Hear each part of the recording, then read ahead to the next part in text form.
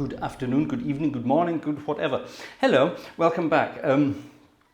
It's been a while, I know, and I kept promising lots and lots of nice, exciting content with my new instrument here, and believe me, it's coming. I've been working hard on other things at the moment to make the channel slightly more exciting. More on that later. So here it is once again, and this is a slightly more detailed chat about my new console here. And don't worry, at the end there will be a piece of music, a jazzy piece of music, as requested by a lot of commenters. And I'm going to play it on the new Nancy Cathedral organ, the new sample set from Piotr Grabowski. Yes, it is possible to play something jazzy on it, as I will show you in a few minutes. Stick around, you'll love it. Yes, so it is possible. So now, since I introduced the console last weekend, I've had quite a few comments, quite a few requests, quite a few questions. So I thought I'd take some time today before we get going with our music and just go over those briefly. And quite a lot of people have said, why did you go for 4 manuals? Let's just run through some of these questions. And this is something quite a lot of people have been asking from the beginning. Surely 3 would do in this modern day and age with the power of software sample sets from Hauptwerk, that's what I wanted to say. And the programming powers are there. Surely you can just sort of program things the way you want them. You don't have to have 4 manuals. Well, no, you do have to have 4 manuals. It's like having a car. You could drive around in a car that has 75 horsepower. That would do you. You don't need a 500 horsepower supercar, but you can have one, and it's a lot more fun when you do have one. Okay, that's maybe a strange analogy, but you kind of get the idea, yeah? For example, this is a 4 manual sample set. So I can load this up and I can play it exactly as it should be played in the church itself. I don't have to sort of compromise bits here and program them to other places and things. That is of course possible, and if I only had a 3 manual console, that would be absolutely perfect. Even if I only had a 2 manual console, that would still be absolutely wonderful. You can still program everything the way you want it, as you want it. You can program different combinations of stops in different places as you wish, and that's the beauty of the software. But for ease of use, and for, shall we say, to keep it future-proof, and also because it looks damn good, I went for 4. So there you are. And also it didn't cost much more than 3. I mean, the difference was like 180 euros or something to have 4 instead of 3, because I did most of it myself anyway. So why not? Let's just do it. So there's the answer for that question. Now, another question a lot of people asked is, you've got your nice, sleek, nice, black, shiny console, and well, that's all you've got. Why don't you have any sort of stop pulls? Why don't you have any touch screens and things like that? Surely you should be able, have all these fancy things that you can pull and push stops and things. Well, no. Why? Why should I? You don't need it. It's completely superfluous. The software will do it all for you. Now, admittedly, a touch screen would be great, because then you could just sort of press, the stops as you want them, do it there. But if I press it on a screen or do it with the click of a mouse, well, it doesn't take much longer. Physical push and pull stops or buttons, I personally don't think is necessary at all. There are so many different organs out there with so many different numbers of stops and so many different names of stops and things like that. That's just over the top. You're not going to be playing one organ all the time with the same stop name, so why would you have that? I personally don't think it's necessary. Some others do, and that's their taste. That's fine. I don't. I like working this way. And I like the sleek design that I have here, and I'm just going to leave it like that. The one thing I might do, and someone suggested this, so thank you for the comment if it was you, I don't mean this in a nasty way, but an older chap wrote to me and said, why don't you just get one of those sort of attachments for your screen to make it a touch screen? And I didn't even know that that was a possibility. So there you are. That's how old-fashioned I am in some of these things. So maybe I will get something to fix to my iMac that will make it a touchscreen. That is a possibility for the future, but at the moment I haven't noticed that I need it yet, so that's fine. Like I said, you program everything using your mouse anyway, and that just works absolutely fine so far. And don't forget, I'm playing all sorts of different instruments there. I've got tiny little Baroque organs ready. I've got this enormous Nancy French classical romantic thing. I've got theatre organs. I'm going to get a Hammond organ in there soon, and I've got something else coming up, something completely different coming up. So, having physical stops just takes up room, And to be honest, I don't need them. So there's that. Now, the next question some people have been asking is, where are all your pistons? Well, they're there, but they're camouflaged. I have got black pistons on black wood. So there you are. You don't necessarily see them. And that's the whole point.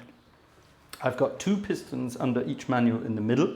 I then have 2 sets of 5 either side of the lower manual, and on the outside I have a set piston, and on the right side I have a general cancel. They're not numbered because, well, I don't need them numbered. I know where they are and I know what they do. It's my organ, I programmed it, so they don't need to be numbered or anything. So there is that. Now, why do I have all these pistons and why don't I have hundreds more? Again, personal taste and experience. When you're working with a software like this, if you're playing, let's say, if you're playing set pieces of, well, I've got stops on. If you're playing with set pieces of repertoire, then you can program your combinations of stops as you need them in what's called the sequencer or the stepper, and then you can sort of retrieve. I don't know if you can see this on the screen. Look at this little row at the bottom there. You can see everything lighting up in order, as it were. And you can retrieve those combinations one after the other as you need them during your piece of music. To control that, I have these 2 pistons under each manual, and I also have 2 foot pistons down on the pedals there. The right one moves it forwards, the left one moves it backwards, as simple as that. And that's the way most professional organists work these days, especially if they're working internationally. In most of Europe, shall we say, you don't tend to find divisional pistons. That's very much an English or American thing these days. You tend to find a sequencer or a stepper. And that's just the way I've been working for over the last 20 years. And that's the way that this software wants you to work as well. It's so much easier. But if you're improvising on an organ, let's say you don't necessarily know what combinations you want in advance. Excuse the noise of everyone driving past, by the way. I've had to keep my window open today. It's very hot and sticky here today. And because I'm upstairs in the house, under the roof basically, it can get a bit sticky in here. So excuse the noise from outside. I hope it's not too much over the microphone. So anyway, like I was saying, if you're improvising, you might not necessarily know exactly what combinations you want in advance. So setting up a sequencer might not be a good idea, or it's kind of like cheating, isn't it? If you know in advance what you want to improvise. So for that reason, I have these 5 on the left and 5 on the right. And what I do there is I just store general combinations for the entire organ that I think I might need. So on number 1, I don't have them set up for this organ yet, but number 1, I might have a very soft registration. On number 2, slightly louder, and so on, moving up to number 10. Or I could just have various different combinations of stops as I want to have them. For example, on my theatre organ sample set, I've set those up to correspond to general pistons, and I have some sort of standard theatre organ style registrations that I can just retrieve at the press of a button. And they're there immediately. Of course, the theatre organ, you can also use the stepper. If you're playing certain pieces of music, you can then save combinations or save sequences of pistons to do that. For example, here I have saved a sequence of pistons for this piece I'm going to play today. It's one of my jazzy pieces from our Piping Hot at the Organ series.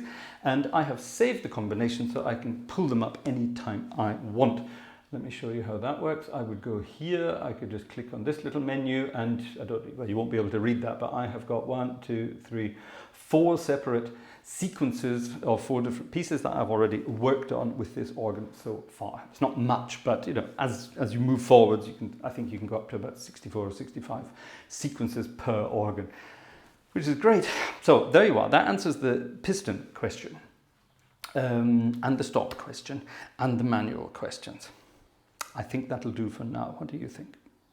So, how are we moving forward then? What's the plan for the future for this channel now that I have this amazing piece of kit here? Well, excuse me, thirsty work. I shall enjoy a cup of tea. I have received several cups of tea from you over the course of the last week. Thank you very much. Very refreshing on a hot, sticky day. Nothing beats a cup of tea. So yes, I introduced the world of Buy Me a Coffee, which is something a bit like Patreon, but much simpler for someone who just wants to sort of say a quick thank you, as it were. So yeah, quite a lot of people bought me, or us actually, some people bought 2 cups of tea. Some actually bought more, but never mind. And thank you for that. So yes, my missus and I have been enjoying a lot of cups of virtual tea over the last week, to say thank you to you. Yes, all of this has been reinvested back into the channel. For example, I have got 2 blinding studio lights here, which is great because it means I don't have to worry about sort of light levels anymore. There's 1 window in this room and a door over there, that's it. I will at some point show you this entire music room up here. It's not quite as large as you might imagine.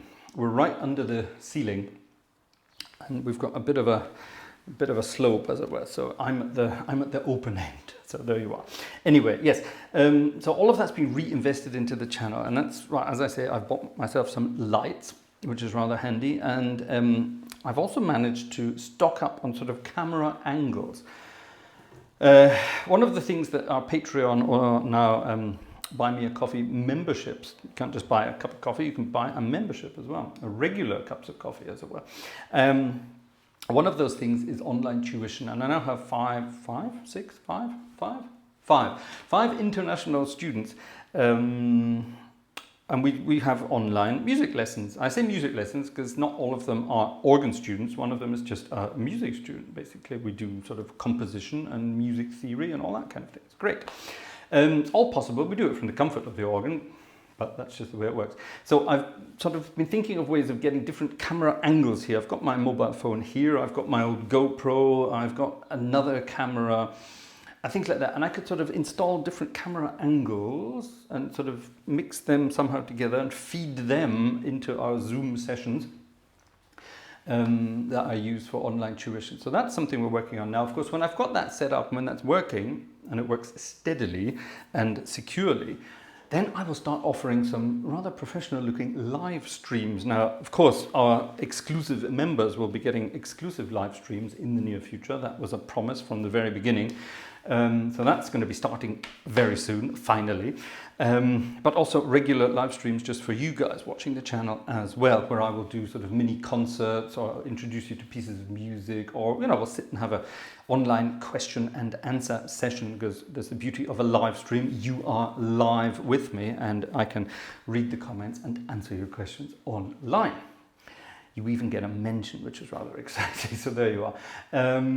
So yeah, so all of this is coming up very soon. That's rather exciting. So I've just got to sort of work out the final details of that, and then we'll be getting on with that. So that's rather cool. Yeah, so we've covered that, we've covered that. I think that's it. I think it's time for a piece of music, don't you? And at the beginning, if you remember, I promised a piece of jazzy music on this new French Cathedral organ sample set. How's that going to work? This is a huge acoustic in a huge church with huge reverberation times. You can't play jazzy music on there, can you? Yes, you can. Of course you can. You can play any kind of music on any kind of organ. It's just a matter of taste and a little bit of technique, I suppose. So anyway, yes. Now this sample set, which I very gratefully received as a gift from its creator, Mr. Piotr Grabowski. Thanks, Pete. That's really amazing. I've been playing around with it all week, and the organ was sampled in 8 different channels. What does that mean? Well, it basically means it just basically means the organ was recorded at different distances, I suppose you could say. Yeah? So there were microphones recording it close up, nice and close up to the pipes to get a nice sort of crisp sound. Then there were 3 sets sort of slightly further away, a front set, a middle set, and a rear set, all at various different distances to the actual pipes themselves.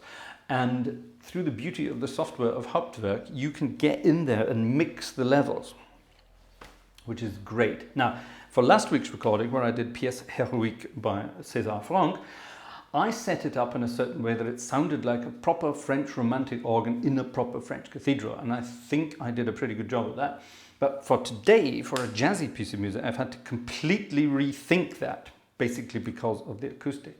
So what I've done today is I've actually, well, no, hold on, I suppose I should tell you how I've done this in the first place. Of those 8 possible channels, I've managed to get 6 loaded into my system. I can't, in any way, shape or form, load up all 8 because I don't have enough RAM. This machine has 64 gigs of RAM, which in a normal world would be more than enough. But to load up all 8 channels with all the bells and whistles and all the effects and toys and whatever else, you're looking at well over 80 to 90 gigs of gigs of RAM. I haven't touched a drop. Anyway, gigs of RAM, excuse me, to get that sorted out. And yeah, I've managed to load up 6. So I've got the close channels, the front channels, and the rear channels. I've left out the middle channel. And after rather a lot of faffing about, trying to get it to work, and some assistance from my friend Jerry Martin, I do hope you've checked out his channel, from Jerry, we've managed to load up 6 of the 8 channels into 64 gigs, and it works perfectly. It's very stable, very secure, never any problems. So that's been great. But for this jazzy piece of music, like I was going to say, I've had to completely remix the organ. So I've tried to not cut out the reverberation time, the acoustic of the church, because that's impossible. You can't do that.